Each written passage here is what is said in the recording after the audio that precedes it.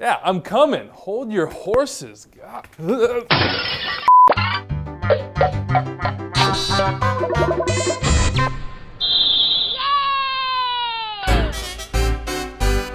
Well, folks, I may be broken in spirit and in ankle, but things are looking up for Team Wiebe in MLS Fantasy Soccer.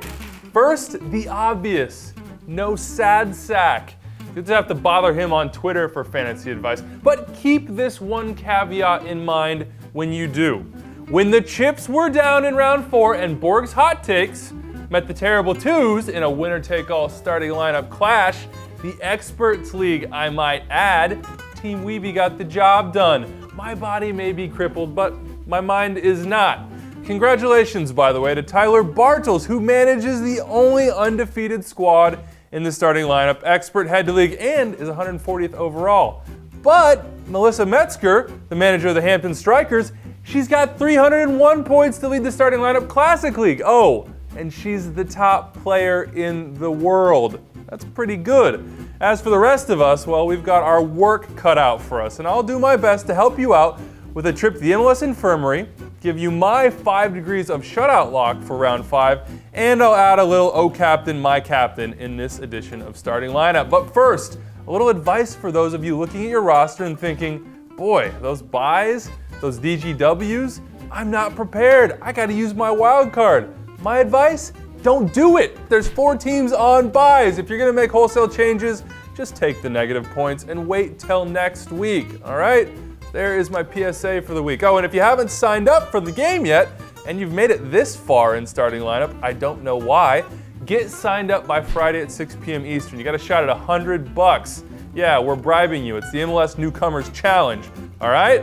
Let's get things started with a new segment we're calling the MLS Fantasy Infirmary. I'm probably the first patient. We're gonna run down all the knocks most likely to affect your 11 in round 5. And we start with Kaká, who caused quite the scare by missing Orlando City training on Tuesday and Wednesday with some minor irritation in his calf. Fear not, fantasy friends. Tudo de bom with Ricky. He'll be in my lineup for Viernes de Football versus DC. He will play. Meanwhile, Axel Højbjerg, he's not going to be in the Hot Takes 11. Rapids boss Pablo Mastroeni reiterated that the fantasy darling is day-to-day, and I'm betting that bruised foot is going to keep him out another week. Stash him on the bench, he's cheap, and set a lineup alert just in case. There's a trio of concerns in Seattle as well. You know them well, owners. Oba, Deuce, and Chad Marshall, who we need a good nickname for. There's a quad issue, a hammy issue, and a back issue there, but I'm told all are making positive signs, and the expectation is that they'll probably start.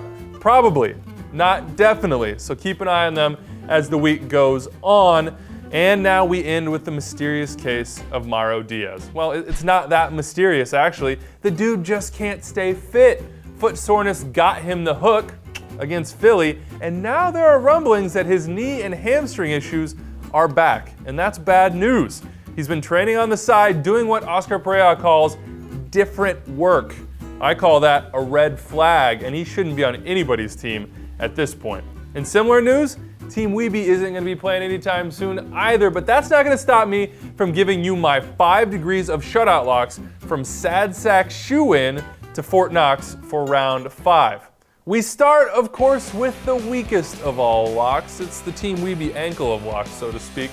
It's the Sad Sack Shoe-In. Orlando gets the nod here after DC United waited until the last minute at home last week to score. I think they got it in them. I'm going to go out on a limb for this week's Zip Lock. Toronto FC, on the road, yes, but confusion reigns, I think, with Maloney back for the Fire, while the visiting Canadians atone for last week's peak TFC moment. Bike lock status this week goes to the Seattle Sounders at home against the thus far punchless Dynamo, especially if Chad Marshall is back in the lineup. Meanwhile, the deadbolt lock of the week, that'd be Sporting KC, who host the Union on Soccer Sunday. Jim Curtin says March was a bad month for Philly. I'm saying more of the same to begin the month of April. And finally, the Fort Knox shutout lock of the week.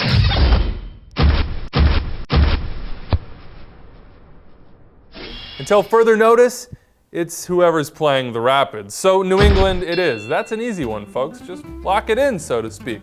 And before we get out of here, let's run through a little OCMC. That's O Captain, My Captain, for those of you not down with the lingo. Surprise! We start with none other than the Revs back line. Seriously, just pick one. Tierney, Farrell, Gonçalves, Barnes, Shuttleworth in goal. It's about as safe as a bet as there is in round 5. Up next, another defender, and that would be Ike Opara. Philly is prime for a shutout, and they haven't exactly been nails on set pieces either. Ike, he happens to be the top player in the game right now. He's a great captain's option.